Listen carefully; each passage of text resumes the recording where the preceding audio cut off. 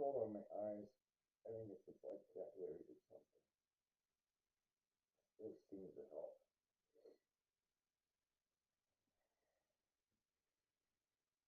It was a really put together streamer. Probably had like stream starting and have a countdown and stuff. I figure most people who ever watched this would, if they even did, would watch it and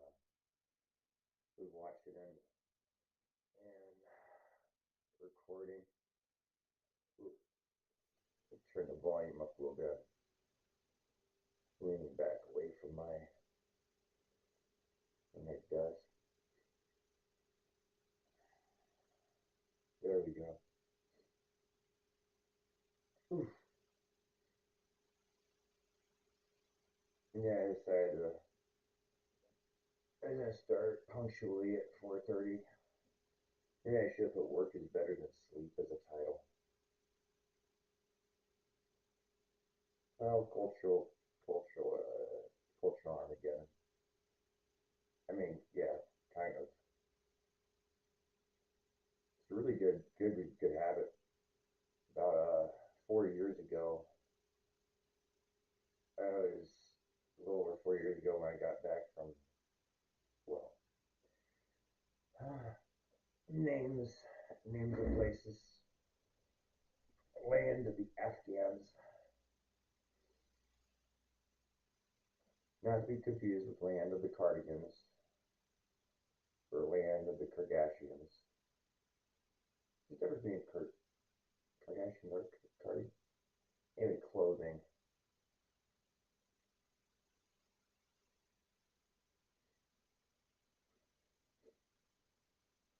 Let me start off with the dreams I had last night.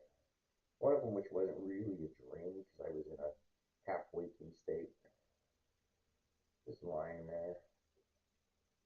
I was watching God Logic, aka Joe, before I went to bed, and then and it's like kind of I hear voices, little images too. I hear voices, and I think I drift deeper, and I like see scenes where we were was in a Walter Reed like medical facility, is, and is pushing a quadruple amputee down a hallway, following him. He actually was playing because he had like a could go like move himself forward by like rocking. So everybody once in a while just give it a push and things. Is so happy to be out of the just doing something. And there's another room where there are a couple younger men who were in hospital beds and what was that Metallica song? Where he's at SOS, he's doing SOS with his head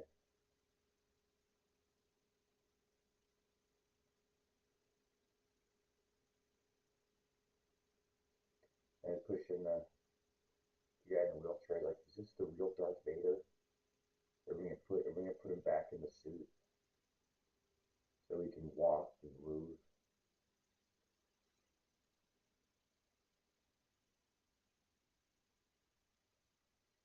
I had a really hard, can't call it a breakup because we had been, it was doing the AOL.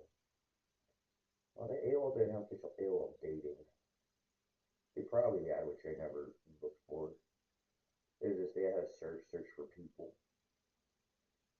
She's about my age, single. And I was like, oh, a single person my age. Really good conversations. Went to the drive-in. Had a really good time at the drive-in. Then I got a then I found out the next like a week or two later she had a family cabin she wanted us to go to. I was like, it's and she told me about her family. Her dad was like missing his legs, lived in a they were living in a they were living in a trailer, very poor family, very hard problems. And I was like I can't remember her name. I can't remember her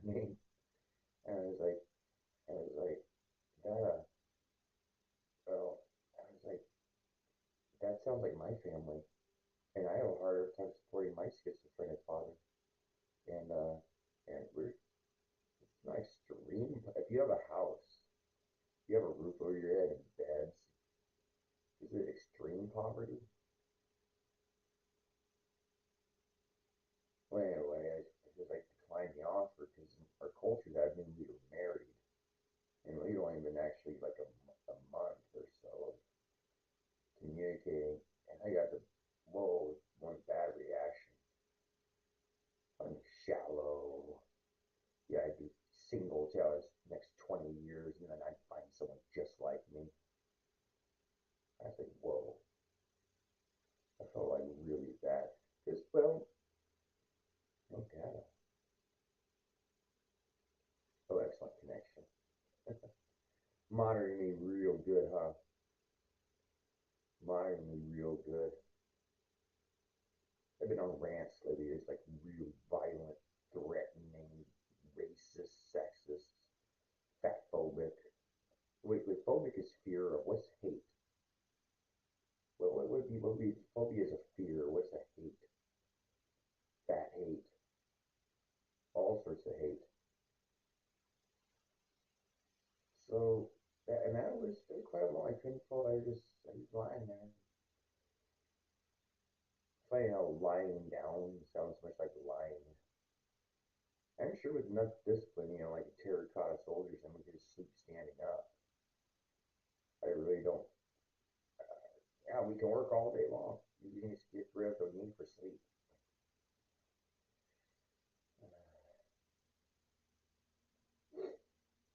I'm chain smoking, so my dad told me nicotine's a stimulant. I know he's usually right about everything. Um, then I tossed and turned, and I had like it was a very short time. But then I had a regular dream, and in my dream I was in Portland. I remember I started in one hotel and left and tried and was going to another one. Oh yeah, that was weird. The beatings and stuff, the weirdness, just oh my goodness. Yeah, it was like an insane asylum thing staff to keep order.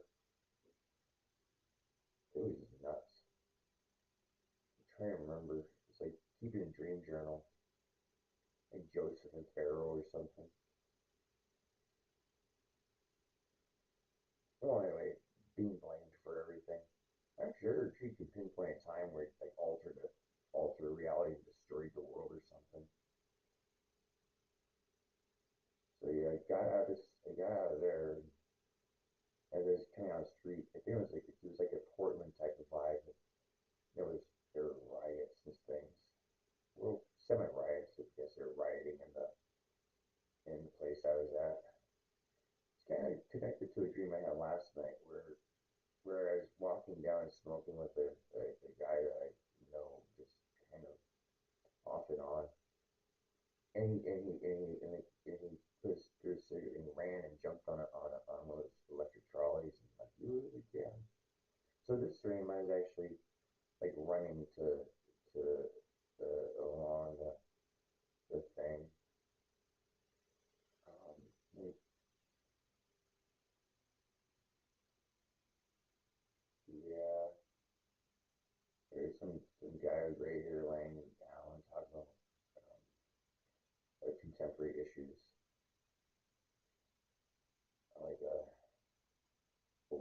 like the white man telling people around it. He looked like to me like Peter Capaldi. You're telling his like people around about the white man and pat his head and continued running. And as I was running, because they going crowds and a lot of people, I was ran past there, these guys in these quasi military uniforms like ICE agents, the ICE agent National Guard type people. I think they were the ICE agents. And I joked around. Like, I'm a victim, help me, I've been cancer, well, it's like,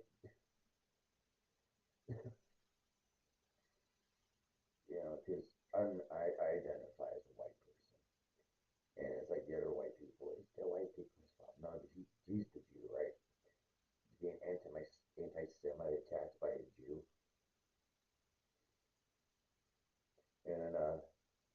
that's not funny. That's not funny. I'm like, and like, here's joking. And it's the guy with the friggin' rifle and stuff. He grabs his back of the hair. He's like, I was without power today. I was without power, like the rolling brownouts or blackouts, what they call them when like when you lose power for hours and hours. It's a failing electrical grid. It's like, yeah, it's my fault. Yeah, I can see it like running. Oh yeah, yeah. Before that, as I escaped the one place with all the crazy people trying to, three naked men and shit running around grabbing on me and things and coming around because it was like about the ATM money. 'Cause I had a credit. I don't know. I don't have a credit card. That's the thing. I canceled my credit card. Did you ever watch Rick and Morty when he's playing Roy and he goes and he like surrenders his social security number? I surrendered my credit card. Yeah, I don't have a credit card, so that whole like system, all those financial things in Wall Street depend on credit spending and credit creation. I don't have it, so I actually get legitimate cash out of the ATM machine with all those nut people. I'll be right back and use the ATM machine. Yeah, money. And so as I'm running, I ran into my old roommate, and really right, she's so happy. She's so happy, and it's like, you just like me, and I'm like, and I'm just running out, but that can't be true because I met her when I was 36. Yeah, I think I met that one when I was 36. And the story question, and the call back to the girl said I'd be single for 20 years. I was 25. We already meet at 45. Well, anyway, and then running along, so her and her friends were up to their nefarious, like, I don't know, rioting, thugging, whatever that criminal does. And so I left her there, and I ran past the guy I was telling you about, the slender white dude with the silver gray hair, just laying going, but talk about the white man. And that's the way I ran past the ICE agents. Oh, I'm getting 40. Yep, yep. So with that's like the subconscious thing, man. It's just all the, I don't know if you've heard about Walter Reed Medical. Oh, it was bad. They actually the reports I can't prove it. Say they had so many like this the difference between this war and the Vietnam apparently are the injuries. See, in Vietnam, when people got hit with improvised explosives, booby traps, and stuff like that, got torn apart. They were just like they were highly more likely to die. So we like so people more people died from injuries in Vietnam, where the like by the Iraq police action, Presidential War Powers Act, right? The police action there was no government to declare war on. There's no government to declare war on. It's like, what are we doing? There's a collapse civilization, or you mean collapse of government, with every criminal gang like trying to be the new government. So I'm like running along, and it's just like the hatred. I don't know if we get more hatred or love. Obviously, I wouldn't invite any place for Thanksgiving. My childhood best friend, that was a mistake. That's a funny story. I thought his name was Brian. Like I was assigned in my class. New kids, you give them like the teacher picks out somebody, show them around the school. And I went to, it was lunchtime. It was lunchtime, and my friend had blonde hair and stuff, and about my size and everything. And I'm looking around, and I see him sit down at a table. Made a new best friend. poor Brian probably didn't have any friends. That's why the teacher like said, "You be Brian's friend."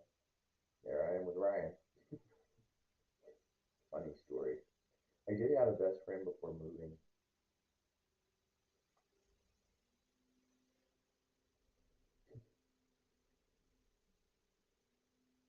I did have a best friend before moving. So they'd come from Salt Lake City to to um to Sacramento. His name was Brian. We would bicycle around the neighborhood together. My dad got like I got a spanking.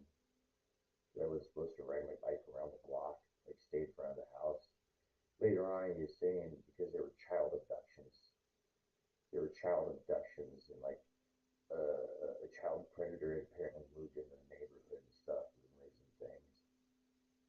And he also got spanking too. They blonde guys pull up in a car and ask us directions. And me and my bicycle friends were talking to them and don't talk to strangers.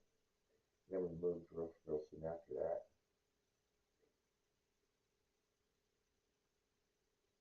So yeah, I think one of the things is every time there's a dead soldier, that's an opening and that's an opening in America, so they can move in. And sometimes they get that ID. Well, here's a lifeline. Just jump into that. So there's still people from from like 2004 injured troops. In 2004, I was on a Navy Mobile Construction Battalion, involuntary mobilization. Involuntary means that they call you up and tell you you're going. Part of the contract. So I went and what incidents? There were two Chinooks that were flying. Those are the helicopters, the heavy load helicopters. They have like two rotaries on they have the two rotaries and stuff like that. Chinook, I don't know, 47 or something. I'm not good with identifying that type of thing. But anyway, they were flying at night, uh, flying low over the desert because they'd shoot down and like they had rocket rocket launchers and stuff would shoot helicopters down occasionally. So anyway, it did get hit by a rocket. What happened was they had like these really tall power lines. I mean tall, like 100 feet or more. And it was 200 feet. So there's this tactical reason why they're flying so low. They didn't account for these power lines. And so one of the helicopters hit the power lines and crashed and killed like 34 Marines. I think they were Marines.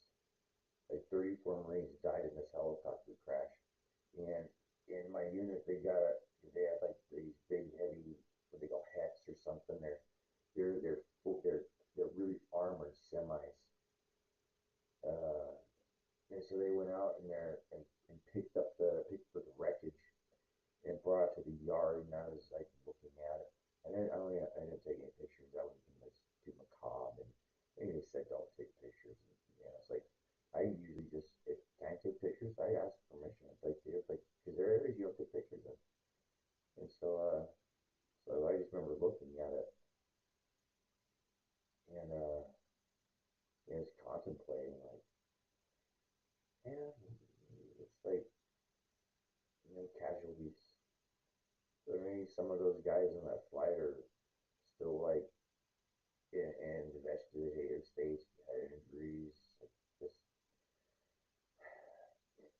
never came home, but still alive. Just in these, just away in these special care unit hospitals with nobody visiting them, nobody remembering them. Mm-hmm. That's a hard one, isn't it?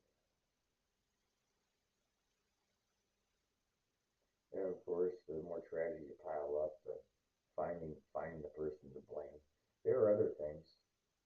In April of 2013, I was on a place that we refer to as Bath, Bagram Airfield, and I was like there about like 2 or 3 days. And I was shadowing the people who've been there, and they would call for this for one of our camera systems. And we're in this building, and working on the guys who have more experience are sitting there working on this, looking at logs on a computer system. And you hear boom, everybody just got real quiet. The bomb went off, and all of a sudden this soldier came around. Bring your scraps, play now. We all ran outside. It's like really plumes of black smoke come up like a mushroom cloud, and it actually made the news. And some guys got in trouble because they leaked it on YouTube with their dash cam. They're driving in a Humvee, and they had a dash cam, and you see this plane go up, and all of a sudden it tilts, and it starts going back down at a nosedive. So that area of the that runway and stretch was sealed off for I forget how long. So they didn't want it. I mean, it's like yeah, no pictures, no pictures. It's like there's a massive leaks and things. Well, later on, as they did an investigation, the report, which shouldn't be classified or anything, it said, and we did talk about basically, being off. They said what it was, it was a load shift. The last was the pilot load shift, load shift, load shift alarms and things. That what that meant is like they had these MRAPs. That's all. Like they may have different styles and names, but you can look up pictures of these things, or their replacements are Humvees, because the Humvees were, well, the more IEDs they took, the more like protection and stuff. So these were designed to be more safe for the people inside. Yeah, and and there's replacement for the old Humvees.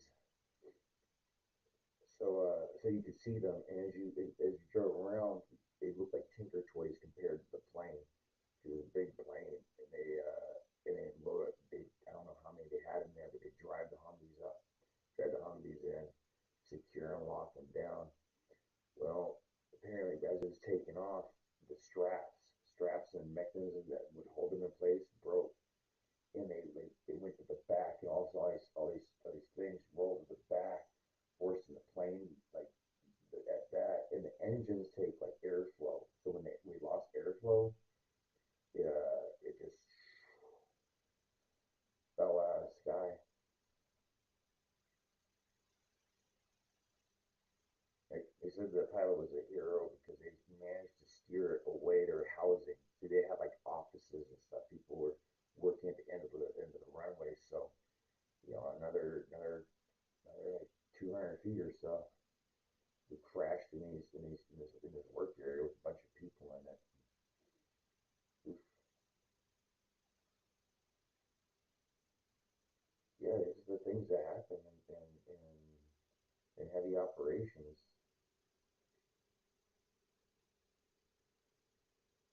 We those units we in my two deployments we didn't lose anybody.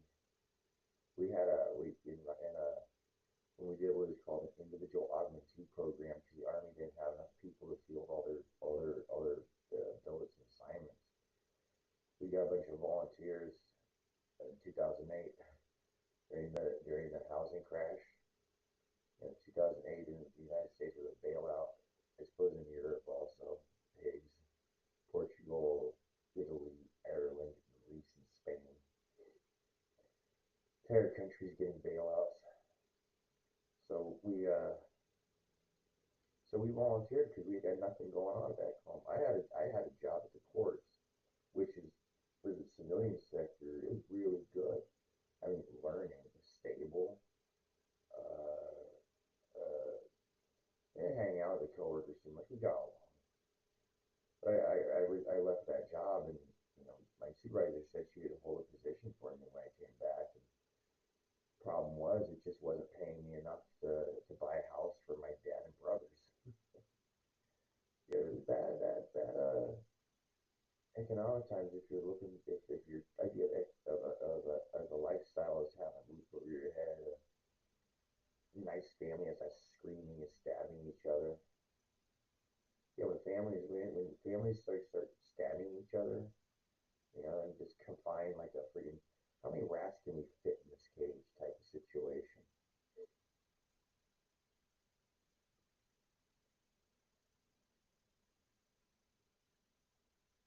So I got it after screaming like in 3 hours to get a phone call from somebody. Oh, my family hates me. They absolutely hate me. When I came back from Iraq, I was expecting, and then again, those guys, those guys that crippled, missing limbs, burned up in fires. They didn't get any welcome home thing either. Probably why I said it's my fault. All of it.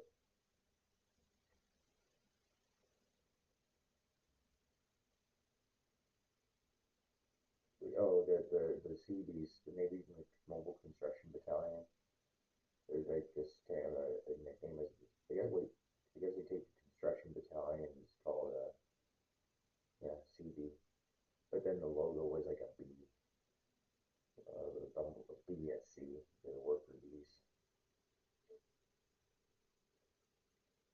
We that was a place I was talking about that helicopter crash. They brought the wreckage to our yard for a little bit,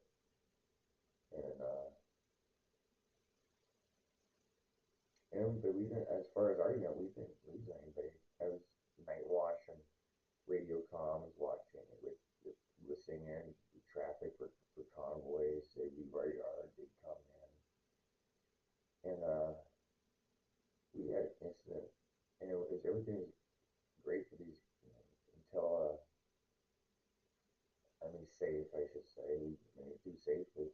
And in one of the last days, they our convoy went out to do a inspection of a bridge, a road, and a very popular, very, very, very respected senior chief. That's an EH for the other services. The vehicle he was in, it rolled over a landmine. I think he lost some toes or something. Wheelchair, many fingers, fire. The description of it's quite like PTSD inducing.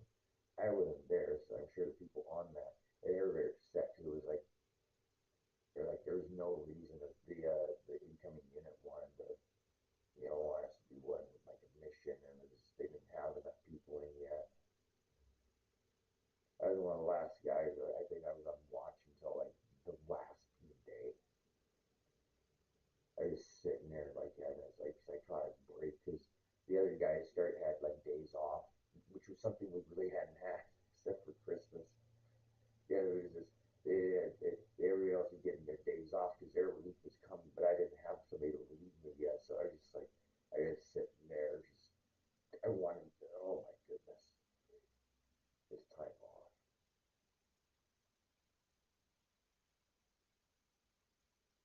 I think about those people a lot. That was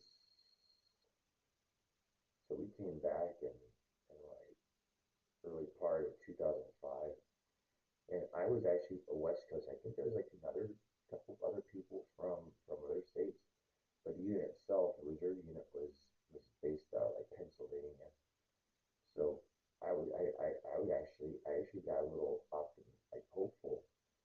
I thought I was old. I was like 28 years old. I was 29. That's right. I was 29 years old. Well, I turned 29 on the deployment. And we went out and in 6 months. We went out. I got the phone call in like May or June. Then my birthday's in August. So I turned 29. I thought I was old. I thought I was old. I didn't have any girlfriend, nothing. Other guys my age, it's like, what's wrong with you? Why aren't you married? It's like, they got this here war on since 9/11. But even before 9/11, I was like married to the Navy.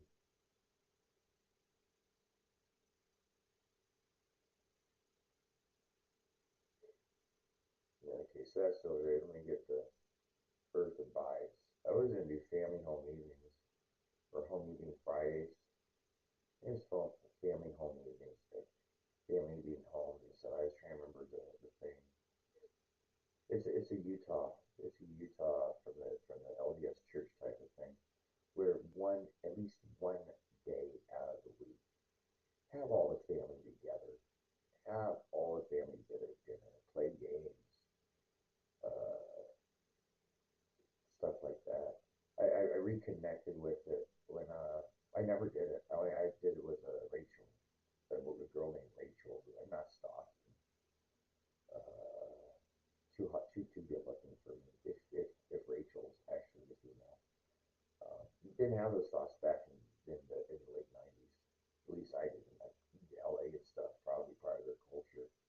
San Francisco and stuff. But to me, like little Midvale boy from uh, yeah, I just didn't really think about that. So I was invited to hang out with them more. That must have been was that my first year? Because I was 21. I was the same age when I went to college. I was 21 years old, where you think about like this ideal, like you graduate high school, go to college. Well, in LDS, the boys are really expected to go on a mission in which they go and knock on doors for like 2 years, telling people about the Church of Jesus Christ of Latter-day Saints and Joseph Smith. I didn't do that, but I just kind of blended in. I'm still wholesome. I didn't drink, didn't smoke. I did drink. I did drink caffeinated Coca-Cola. I didn't like coffee. I didn't drink coffee. So sodas. So like my thing was like I drink sodas, which suppose that's like one of the like not that big of a deal because it's so wholesome, so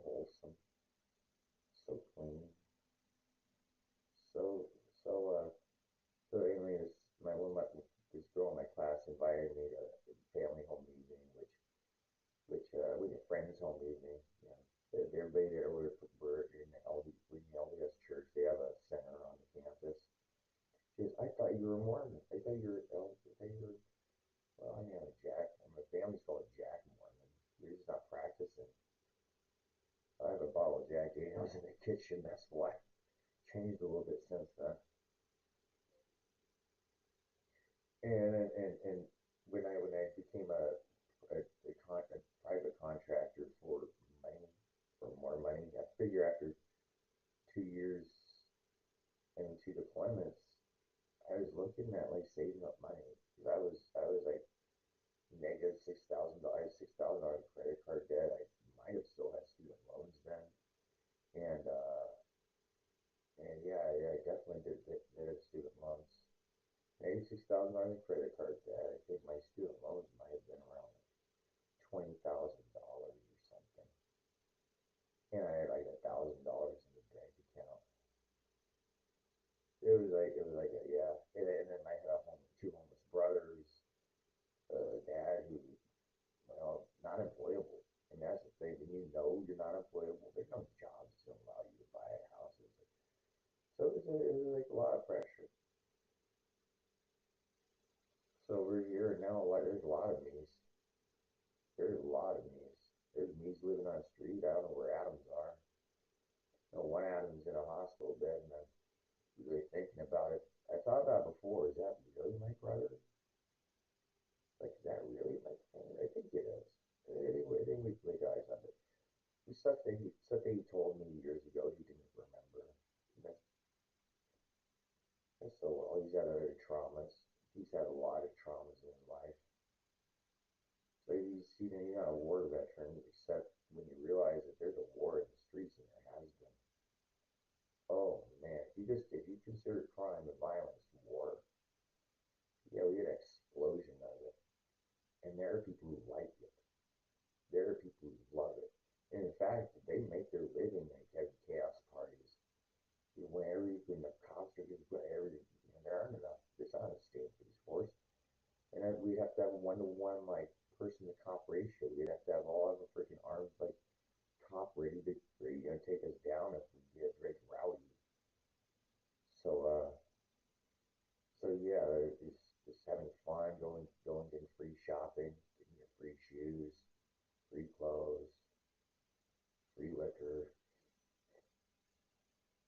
and no need to have a job. Just stock up and when just start another thing. Just start Carmageddon. Watching a Twitch stream yesterday on a bus in China. He's been on a Great Wall tour, and I got confused with this other dude he's been on somebody else's stream. The other person has tattoos, so the other person but they look very similar. Kind of like, well, see, unless Destiny has a wig and like a bigger fake beard to glue on, not the same person. But I've had some friends, some acquaintances, sit by my side and he's like, see this? Is because the smaller I have a big honker. I consider it a big honker. It's like self consciousness and stuff. But now I don't even think that except when somebody points out my Jew nose, like the Palestinians, like my fellow Palestinians. Jew nose, Jew nose. So we're sitting there. So yeah, he points out he had a nose job. He had a nose. This is plastic. I'm like, oh, okay, twinsies. What are you fishing for? Yeah, it's like just go out there. I'm not intentionally pretending to be you, but that works for your advantage, doesn't it? So so Earth Abides. When I kind of got sad because I read picture books, right? The evolution in reading from laying in bed as a kid, listening to my dad tell a story about Gorgo the whale. When I go to bed, I want a bedtime story. My dad would tell me about Gorgo the whale.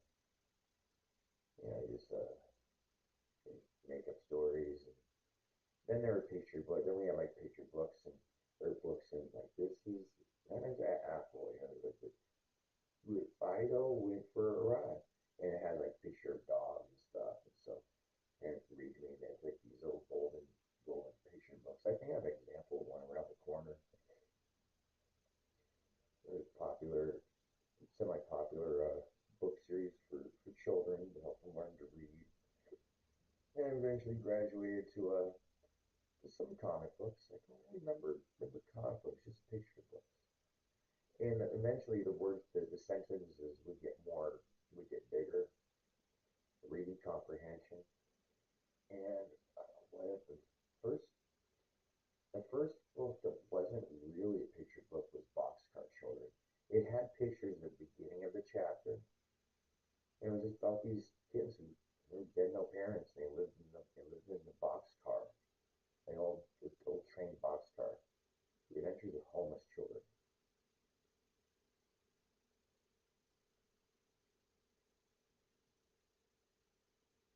Homeless orphans. It was all of like the oldest sister or something. So we went from that. I remember that I got Earth Abides.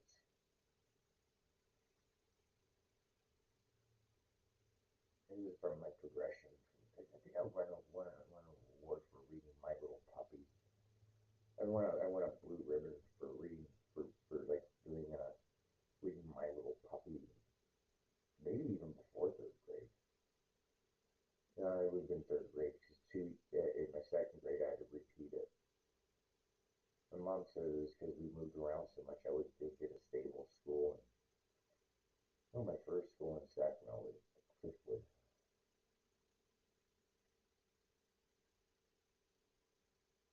People like weave in and out of each other's lives without even knowing it. You pass by the same person like 20 times in a year, not recognize them. Supermarket, street, uh, shooting at each other on the ballot. I actually never shot anybody. I never shot my weapon. Didn't have to.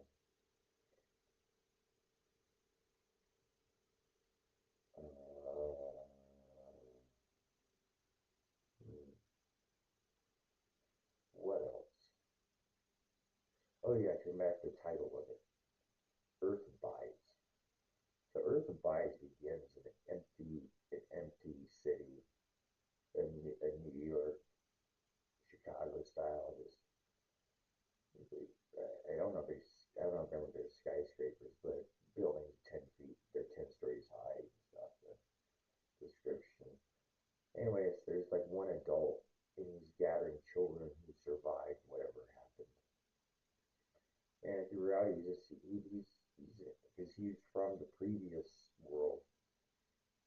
He's trying to rebuild and help them learn to read and write. He's trying to do like a school teacher thing in libraries, but the kids aren't interested in that. The kids are learning how to do practical skills like hunt or deer and stuff like that. So the kids are kind of like they want like bow and arrows and they didn't go full Lord of the Flies. I don't know. I read the book. There's a movie by the same name where the group of boys are stranded on an island. 12 at the most. They have to learn to fend for themselves. Breaks off in a rival faction between the nerdy kids who is like, let's all work together, and the other kids who are just like, well, we'll buy the the athlete personality. That was the one where Piggy where the fat kid got a rock dropped in his head. Dude, that's fun. Like the kids, I think it was part they were talking about how to get rescued, and his other kids didn't want to be rescued.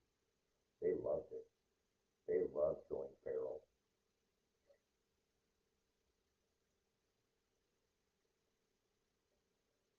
So the premise of the Earth Abides though is really I thought about it for a while, and the words stand out more. The message that stands out more than it does now. Because even at 12 years old, I was in sixth grade at that point. I think. Yeah, just Earth Abides. Could civilization collapse? The book takes place some years after. I don't know what happened to the people in the city. Yet the number of cars on this road, it's like I was watching a Twitch stream called the Dynamite Twins last night, and, and going around, you can see New York. You see these buildings and all the apartments. See, a lot of our television, a lot of the network television shows used to take place around newsrooms in New York, radio rooms, people, this single men and women. I think it's mostly single people in New York, huh? Been to New York twice. Once for a week, and then another time just like a stopover from a layover. I just went downtown, got food, and went back to the airport. But yeah, just looking at all this concentration. There was a big fire in Hong Kong. Like three of those types of high-rise apartment living. Well, new condos open. Come over, live here, be close to work and why and entertainment. Seinfeld, I think. Seinfeld is that way. You're right. I mean, not making any sense. That's because I have to talk to somebody who's seen one of these things, who grew up kind of similar to the way I did, or in the same pop culture.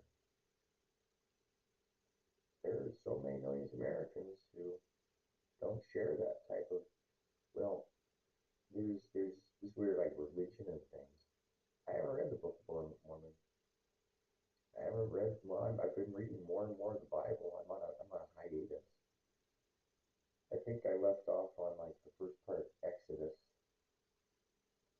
I don't know if Moses has taken the Israels on their journey yet.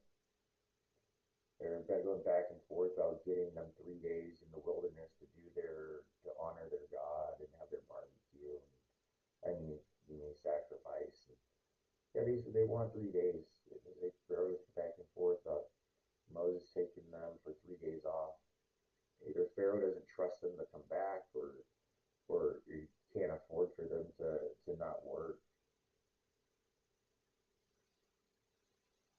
There are other slaves in Egypt. There are other slaves in Egypt. You know, are all slaves equal? You might remember Pharaoh changed his mind, and it takes time. Once he given permission to leave and get out, because they killed started killing the children of the other slaves, and he starts or Egyptians. So Pharaoh sends army, and that's the story of Red Sea and stuff. Well, anyway, there are people who just they read their holy books, and their culture revolves around stories from their holy books. Where ours is the mind. I mean, ours. We don't have any shared culture here anymore. Thanksgiving, we're watching live streamers eating alone, like no family. And again, you got a family, you're like, put that camera away. You know, it's like dinner with the hyper supernovas. I don't know what hyper supernova is like. It's probably why. Well, I do know what the hyper supernova is. When I used to not be under so much stress, I still had a paycheck. And I was locked down just watching live streams. There was a Revenge of the Sith. It's I don't know how well known they are. Race of Mersh Lopez, or is it Mersh and Race Lopez? Yeah, you might confuse them for a married Mexican couple or something. So they show other streamers. They would find funny weird YouTubes and play other streams and comment on it. And there was a guy named Hyper Supernova in the transgender community, and he would have his phone and he would show evidence of his brother beat that guy. Did he ever video record his brother beating him? I don't know, but yeah. When you talk about getting famous, when you talk about one of your children making your family famous, that's a hyper supernova. You know. So yeah, just family dinner. And when you have to have a home big enough to hold a family dinner. We haven't had one of those in like on the Sacramento portion. My uncle was foreclosed on and went nuts. Um, the Salt Lake was doing better. My cousin is also real estate. So Utah real estate actually did actually no what are you saying? What do you mean? Because they're looking at California real estate. And I'm like, yeah, you get all of California swinging the friggin' where I used to live in 2000, 2010, 2009, 2010. I had that at 30, 34, 33 to 35 or something. 33 to 30, yeah, a year and a half. I lived in a studio apartment in the desirable, what's called Midtown, walking distance from bars, cultural events, the state capitol. I lived 5 blocks away. I was a state worker. I could have walked to the state capitol. I didn't, and my well, the court where I used to work at, that would have been, I would have wanted a bicycle. But yeah, I was real close to where I used to work for $12 an hour. Wait, no, I got raised to 13, 15. Would be enough. It was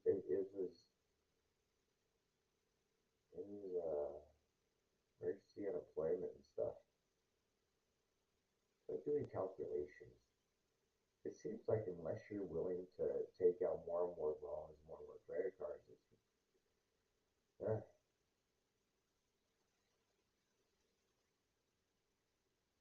so for people fill up for the opportunity and jobs and just keep moving. It's accelerated. People move and try and find an ideal place.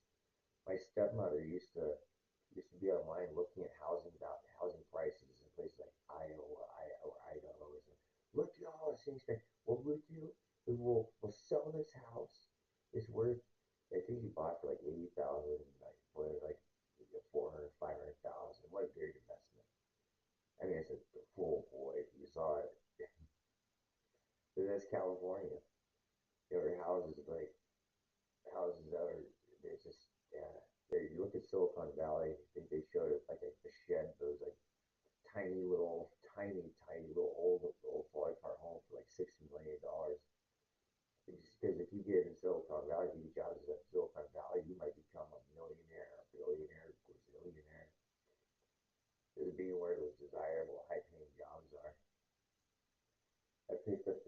the San Francisco Chronicle last Sunday, and there is like one ads in there, and you see, I don't know if these for the job descriptions that were data analysis, you take data and turn it to functional thing.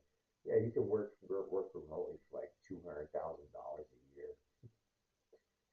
Uh,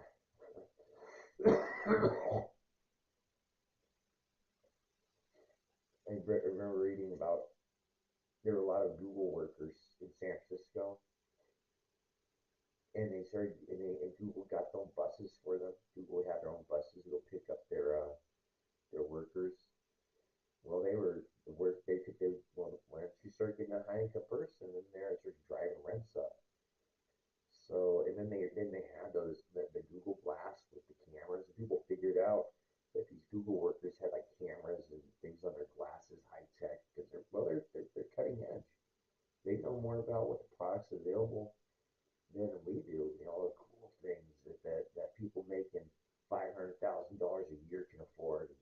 Will people started to beat up at the big other getting attacked at the bus stops and stuff. So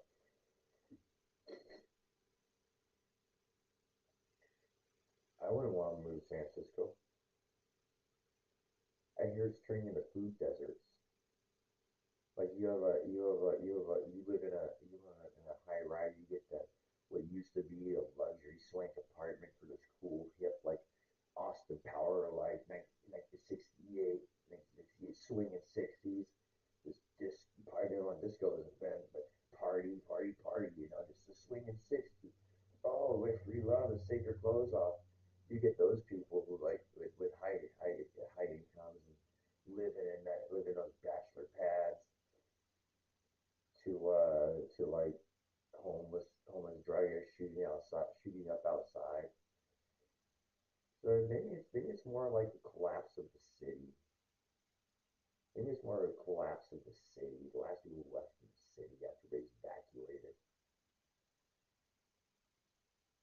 I mean, the place I moved to was like I didn't intentionally move here. I just decided to stay here. So I used to be a court worker, and my court supervisor, KK, she told us, she said they will follow you. They hate the people in the court. It's not a fun place for division. You're visiting court is probably not for a very good reason. It's stressful. You know, and those people who lose their case, whether it be a civil case, you know, lose custody, go to prison, lose a business, that type of stuff, they're angry. And won't come and blame for the court destroying their life. Because they don't, and people, and like, then you get the type who haven't been convicted, haven't had a judgment yet, they'll like follow you around and make sure like you get that file and you take out that evidence. Lose that evidence or you know it's good for you. Like so yeah, a lot of people who are, you know, that fit the thin blue line type of thing. And I had my Navy sweats on. I don't know if they're boot camp, but I don't think they've changed the Navy sweats much. Probably. Because then older people with old uniforms can like, you know, become disgruntled with their pensions and become like a Dennis Hopper from Speed, like the retired police officer. He just hates the system, he just hates his life, that kind of stuff. You know, it's how many years he got a gold watch and his pension isn't enough to afford to live off of. That homeless retired, like, oh, we got a few of those. I think my row is like that. I know I recognize my neighbors. I know I recognize my neighbors. They think I've come to kill them or something. And I think they're trying to drive me mad and having committed. It's just like that kind of stuff. Well, a lot of us have the same ideas. We talk about getting out to the smaller cities because the cities were getting like, yeah, they blame. You go, you'd be at war and you like hang out with your buddies. And you're like, we're war heroes. And you go home and you have a bunch of refugees from the cities you bombed out, bringing the families of people you gunned down and be gunfights with, and they're just like, yeah,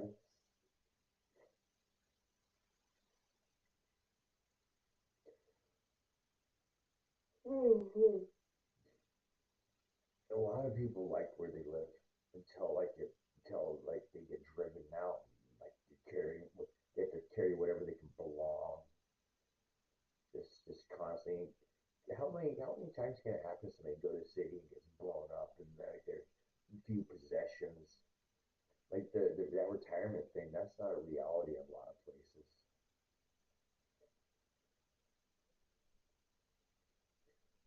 So what would New York City look like if not for? Well, I think a lot of the nation's landlords live there. A lot of people on their computers. Oh, that looks like a nice property. If people buy it, how much can I charge for rent? Oh, we'll raise that by $500.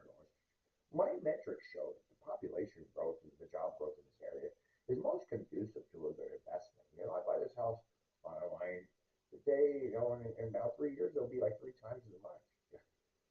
Your rent goes up three times. It's like everything's falling apart because, well, it's just, you know, landlording remotely. Oh, your plumbing, because it's landlord responsibility for the plumbing. I had a freaking, oh my goodness. I feces and one of the things where I know that it's like that they put like it's an older home but they made it into a smart home. Which I know we got video. A scene where Keanu Reeves figures out that his Hopper's actually watching them on the friggin' on the bus cam, like there's a bus cam feed, which he talks about him and his wildcat, and Sandra Bullock has like a wildcat collared shirt on. So how does he know that? It's like, well, he mentioned leaves in my back. Like, I tried one time. They took out the thing, so I can't use it as a bathtub. But there was this grime, real like around this stuff around the edges of it. That I can imagine like a body floated in that thing for I don't know how long, rotted, and just somebody killed themselves in the bathtub, and it's like, oh, it might have just been they with the cleaners when they're cleaning and missed that part of the thing. Well, I jimmy up, so I tried to fill it best I could with a shower because I like to take well plant baths. It's like that down when I was studying alternative medicines with people in South America. That was one of the favorite things to do is soak in like these plant baths, flower baths. I mean, medically, that stuff, skin's porous. Stuff goes into your blood. Stuff you put on your skin can absorb through. That's why I don't use sunscreen. You gotta use sunscreen. No, you don't. No, you don't.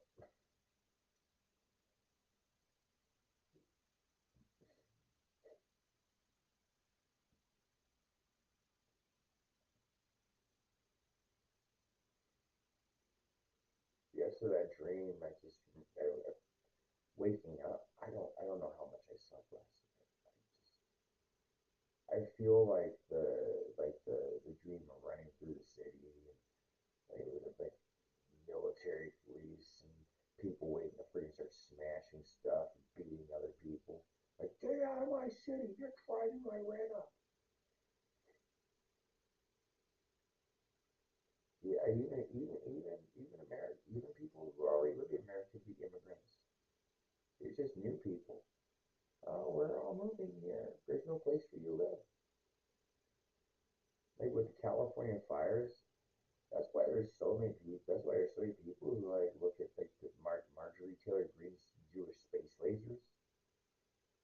Well, some people actually think they intentionally set fires to burn people out of these small communities where they actually own their house to try to get more workers into the cities, suppress wages, get that sex industry going again,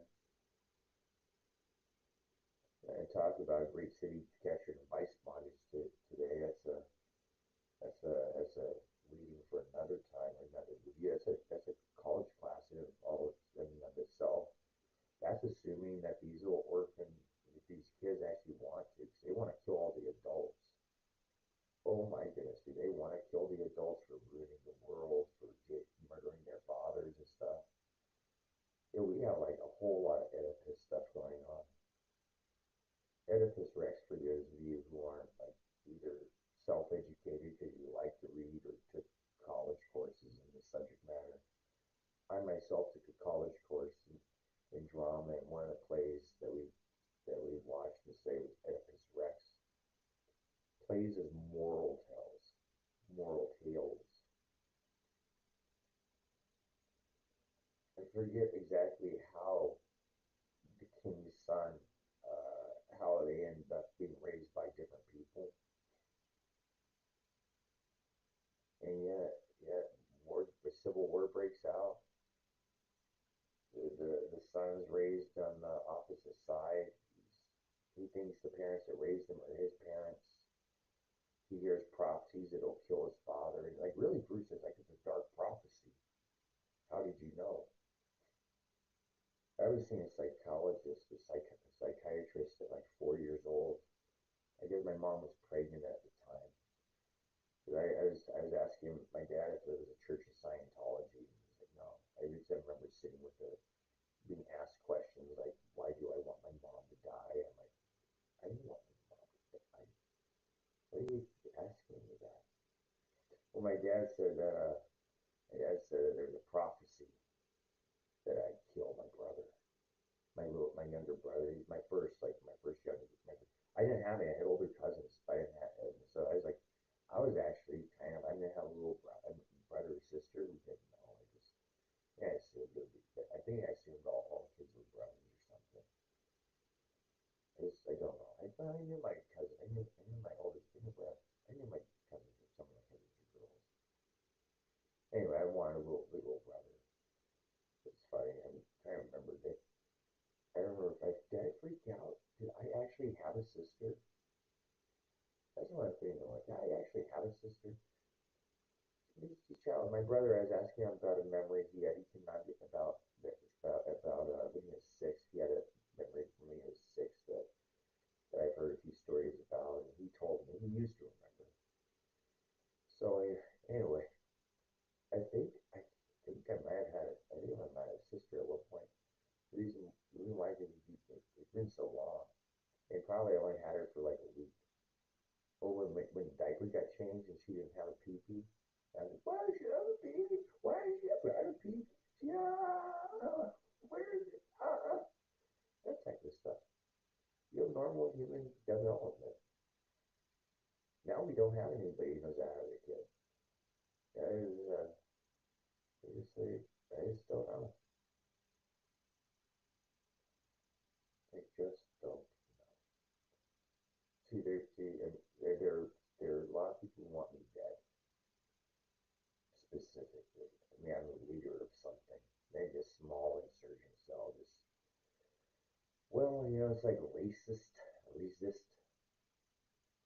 racist, resista, resist.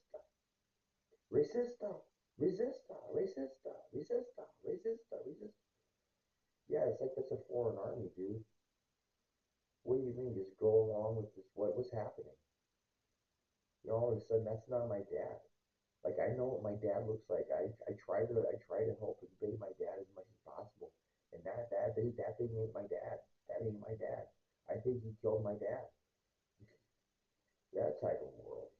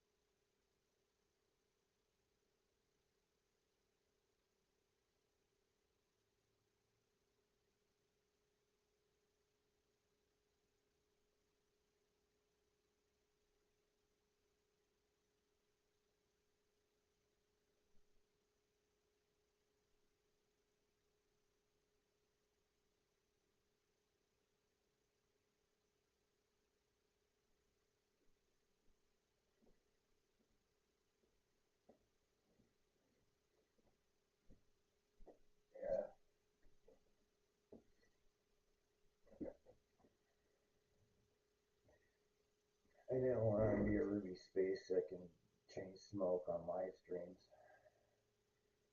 I do consider it a bad habit. That's like waste. No, well, it may not be a waste of money. There's one reason why French are so skinny is because like cigarettes act as meal replacements.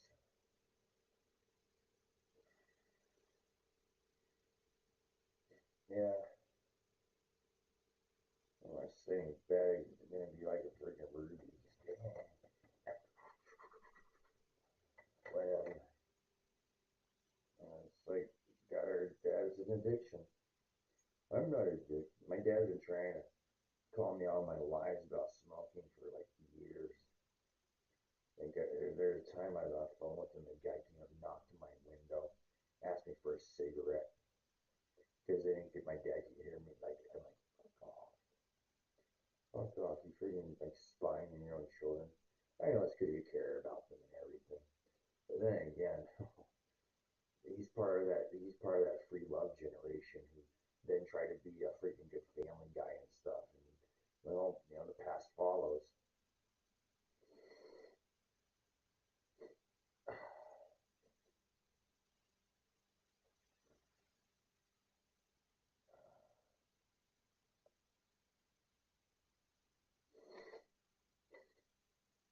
So anyway, it's just like these freaking drugs. This is called Want a Bump. I bought this for $10 at the same place that has psilocybin mushroom chocolate bars, and THC gummies. I'm not a big fan of the type of THC plant that they sell as joints, pre rolls. It's just a sticky. It's not the same. It will get you high, but it's just not the same as you can get legally at the dispensaries. THC cookies, THC peanut butter cups, THC this, THC that. We're like Portugal. We're almost like Portugal. I think you can't buy is meth. Unless like cigarettes are low grade meth, but I don't really feel happy after them.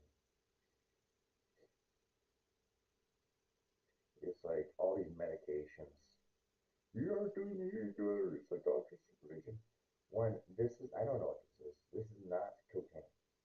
It's called energy powder. Caffeine and drugs. Yeah, this is and some mayo in a succinylphol. Definitely not cocaine. I have had cocaine before. My brother is a narc. It's like oh my goodness, such a and he's trying to get like his everybody's arrested and out of the way so he can be the king and things like that. I think my younger brother's friends like a Game of Thrones thing. Yeah, they do research and because I'm more stubborn like off, do themselves and stuff. That my brothers are very generous. They're very generous with other people's money. So these two crackheads, and I mean, it's funny, but once you get the legalization, see, my youngest brother, he's in a pickle. He's gonna be forced to identify his former drug dealers, but that's all right because if it's not illegal anymore, are you gonna send somebody post facto or passive? What I don't know what the legal terms are, but if somebody is doing a crime that's not a crime anymore, you still send them to prison. Okay, cool. Yeah, you're street farmers. Maybe those guys are like those people know more about stuff than other people do. Yeah, like drug dealers.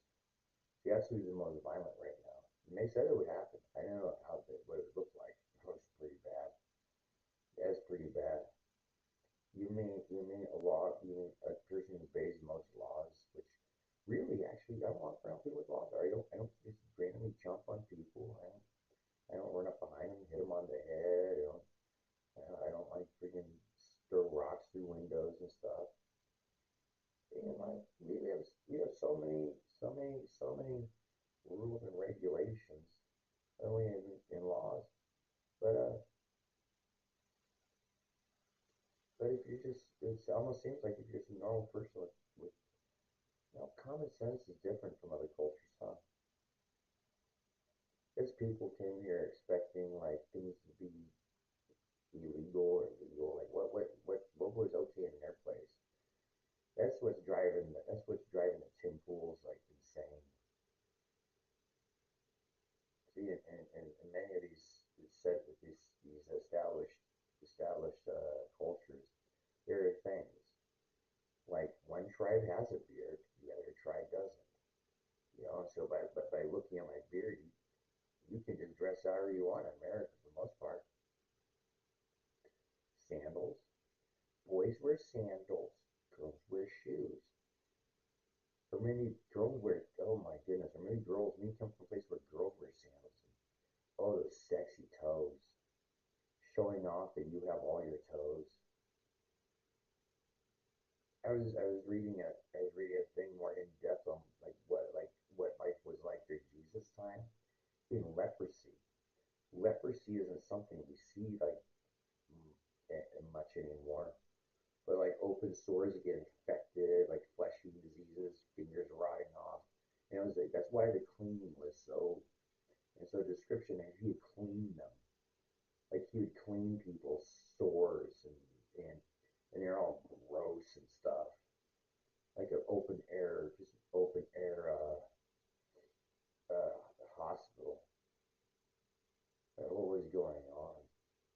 Makes me sometimes wonder the archaeological record. This is all new. You didn't have nuclear bombs before. Yeah, the Sodom and Gomorrah get hit with friggin' nuclear weapons. This fallout, radiation burns. I got a comic book. It's called Fallout, and it's a black and white time serial, not very long, but takes place in like this army test of a nuclear weapon. I think it was a nuclear weapon. So it's like the army's testing, and they want soldiers to witness it, and all of the radiation. They start turning into monsters and things, and this guy escapes and he runs to this cafe. He's like, "They're coming, they're coming!" In the background, you see the soldiers as they're just turning into these like weird, like, oh my goodness, could that really happen? Well, crazies, deranged. It's part of like Stephen King's. There's a movie. I haven't really read many of his books. I can't remember if I read it or not. I read a Stephen King novel. I can't remember which one it was. I read other ones like Dean Koontz and John Saul. Which one does great in Secret Show? I go off and on for reading. It's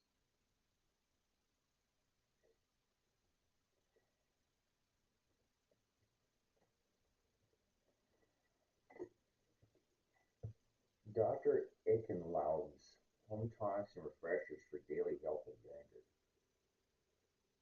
Appetite boosters, pain relievers, nerve tonics, tension fighters, breathing aids, pepper drinks, natural actives, ice strain users. Susanville, August 1, 1973. Lassen County Free Library, Susanville, California.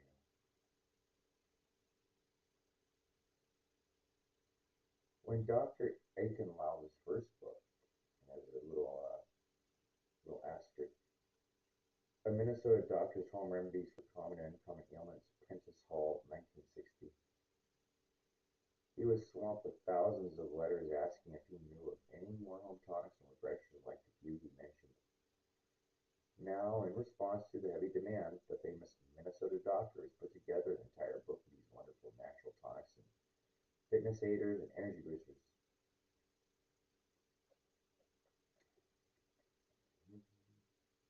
What's this? Oh, invigorating rub downs.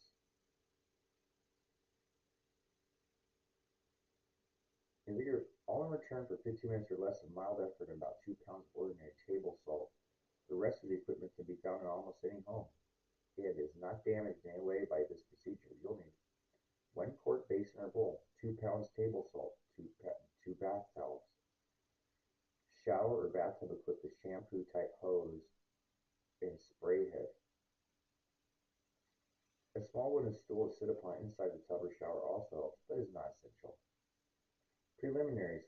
Like most tonic procedures, the salt rub works best if you have been in a warm room, 72 degrees or more, for 2 hours, or have been warmly dressed and well shielded from the elements. A hot tub for 15 to 30 minutes beforehand also adds to the salt rose effectiveness. Salt makes metals rust. Of course, I didn't know that. Wait, yeah, the stuff I can see. Okay. Salt makes metals rust. Of course, if your tub or shower is finished with porcelain or tile, salt should cause no problems. A half inch of water in the bottom of the tub will dilute any dripping sufficiently to prevent rusting of the metal fittings around the plug. Or if you can coat metal parts with a bit of petroleum jelly.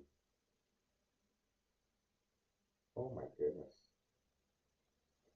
What do you think those salt baths, this, the bath bombs, they're doing to the pipes? Oh well. I mean, this is going to go down the pipe anyway, so. A half-inch of water in the bottom of the tub will dilute any dripping sufficiently to prevent rusting on the metal fittings around the pipe. If you have a metal shower stall, best protect its bottom with a rubber sheet, a piece of plastic sheeting, or a child's plastic waiting pool until you are ready for your final rinse. This is a self-administered massages. Preparation. Pour 2 pounds of table salt into a basin and break up any lumps. Add enough lukewarm water to form a paste-like sludge.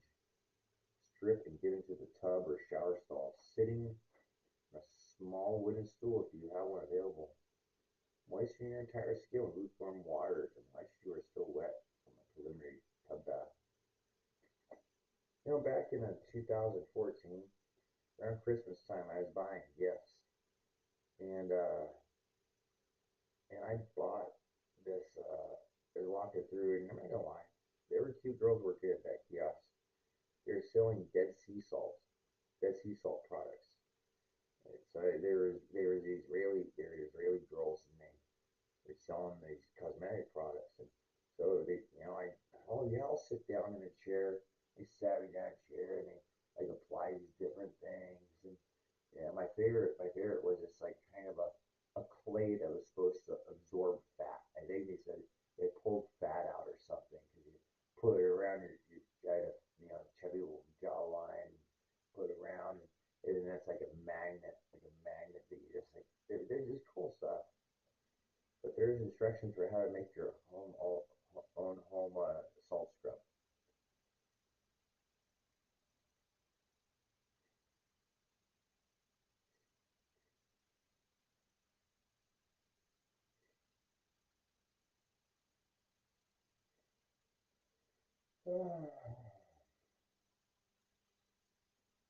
So family,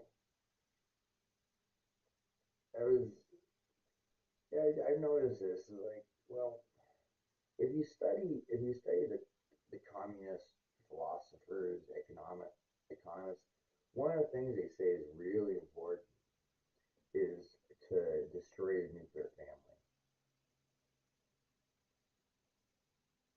Nuclear family is defined by a heterosexual cisgendered man, uh, heterosexual cisgendered woman, um, and their biological children. Why?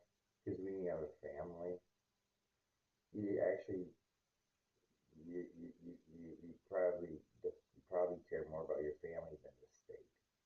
Like children, your parents, and extended family.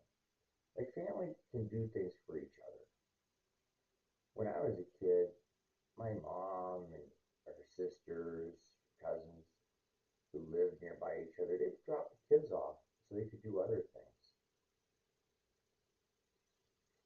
or you just take a break from them. But yeah, shared babysitting responsibilities for free. Now those women working and started out two parents working. Then it was one parent working. Then it was one parent doing the home duties, cleaning, cooking, laundry, uh,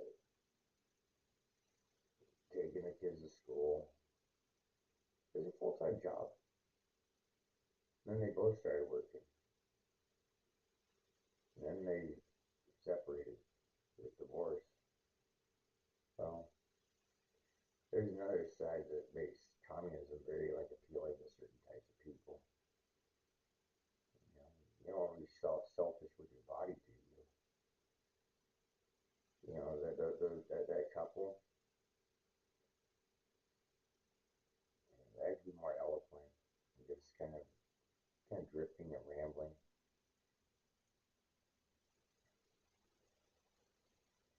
I think anyway, old Rooster should be. The reason why I talk in such familiar ways is because I think that we're from the same family. We're drug addicts, degenerates. We just like we cause other people problems. We're not victims of street violence or anything like that. We're not part of well, I don't know if you, there's a movie called Crash. It was a award winner in 2008.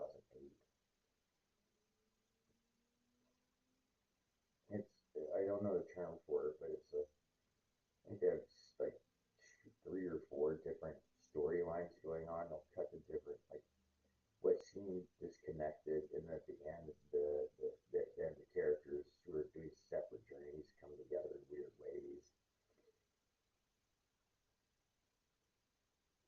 And that there's like I think Brandon Fraser and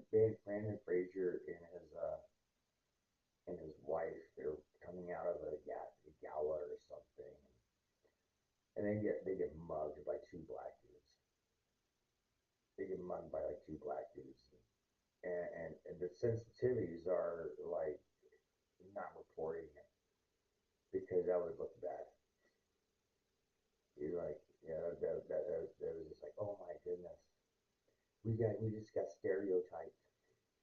The rich white couple getting mugged. And it was just funny.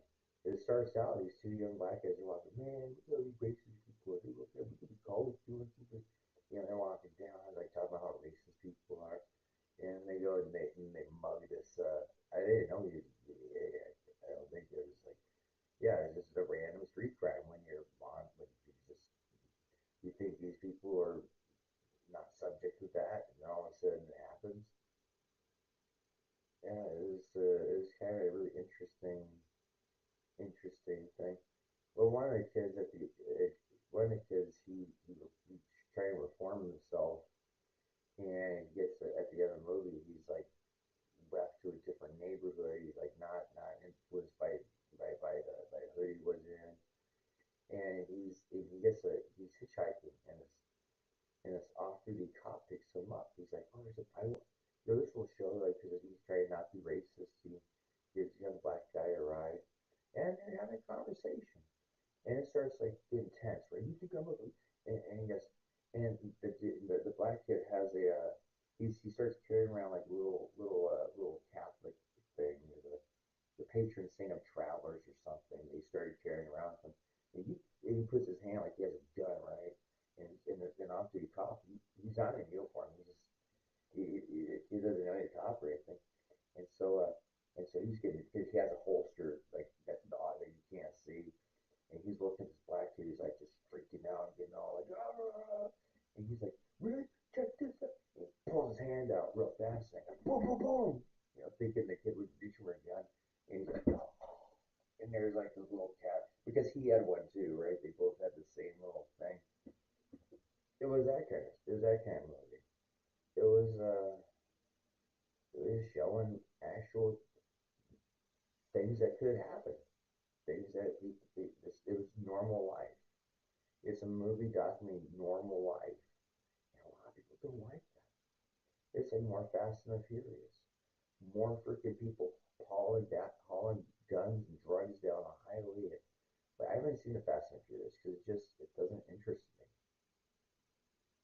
It's just there's so many people. I guess when you're on freaking speed and PCP and stuff, you want that excitement. You want that adrenaline. And to me, it's not even a matter of adrenaline excitement. It's like this is boring. It's just look at the cool car scenes. They're doing it on the streets. That's why that Cook Sucks was talking about. Maybe people take cars and start running people over.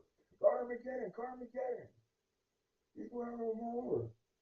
Run them over at the Christmas markets. Well, the Buddhists.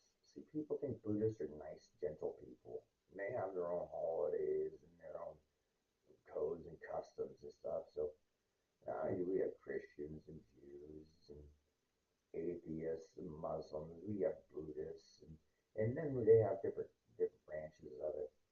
I did a mental calculation, and the churches we have here, if every single person in this town decided to go to a Sunday morning religious service, I don't think there's enough room in all the churches for the amount of people in this town.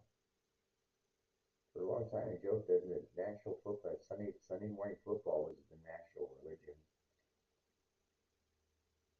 I watched it last night, and it's like players I never heard of. I mean, most of them could be my kids. I mean, my kids' ages. I mean, if I had any.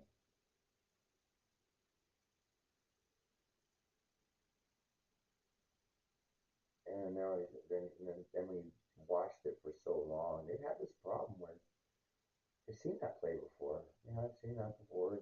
Actually, I don't know if the quality's gotten better or worse. I really don't know. I don't watch it mostly because those people beat the shit out of me and take my wallet and stuff. But actually, when I got rolled by one of the players just having a little fun, he didn't steal anything from me. I thought he would. I thought I was being mugged. I legitimately thought I was being mugged, and then laying on the ground on a sidewalk with broken leg, like loose tooth, and blood everywhere. I'm like, what was that? Just a young man having a little fun. Just like this crash 2022,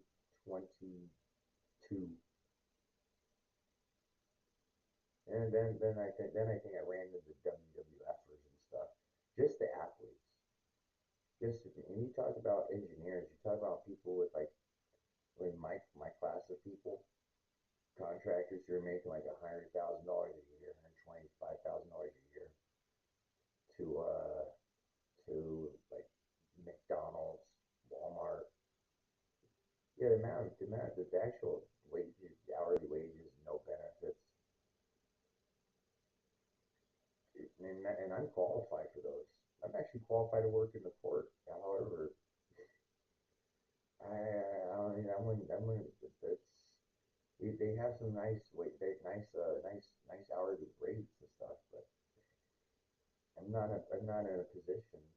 You see, there have been so many instances. My neighbors don't really seem to leave their house because they're roving bands of kids who've been trained up in gangs. The way they get money is robbing people, robbing, stealing, uh, and then just having fun, whatever drugs they're on, just beating up those old like police officers who arrested their daddy or that kind of stuff. It's civil insurrection in every street, and we were like just in the places that you hear are peaceful. They probably don't want a stranger coming in, and because just a little drop of something new can cause mass chaos. So family feelings. I was watching Twitch. People were having dinner. It was friendsgiving. Bunch of people with no family because politics has destroyed our family. It's like your family traitor. You're in the wrong party. You're in the opposite political party. I don't want to see you, traitor. You're being party destroying this nation. You voted for who? Who do you vote for? Obama, Roseanne,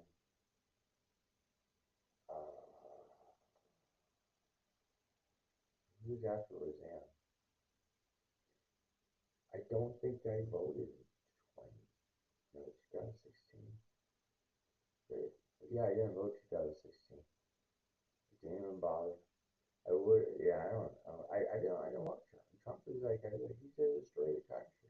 This is a joke. This is a, and then it's like, but I mean, I did like how he pissed people off. See, I would vote for him just to see people go crazy, to see people go nuts. I would have. Yeah, I didn't vote. I voted in the last time I voted. I voted in person, and I forget who was even like. That was 20.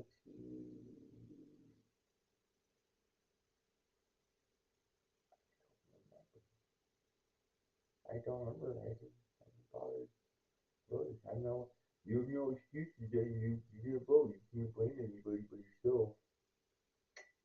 Yeah, exactly, exactly.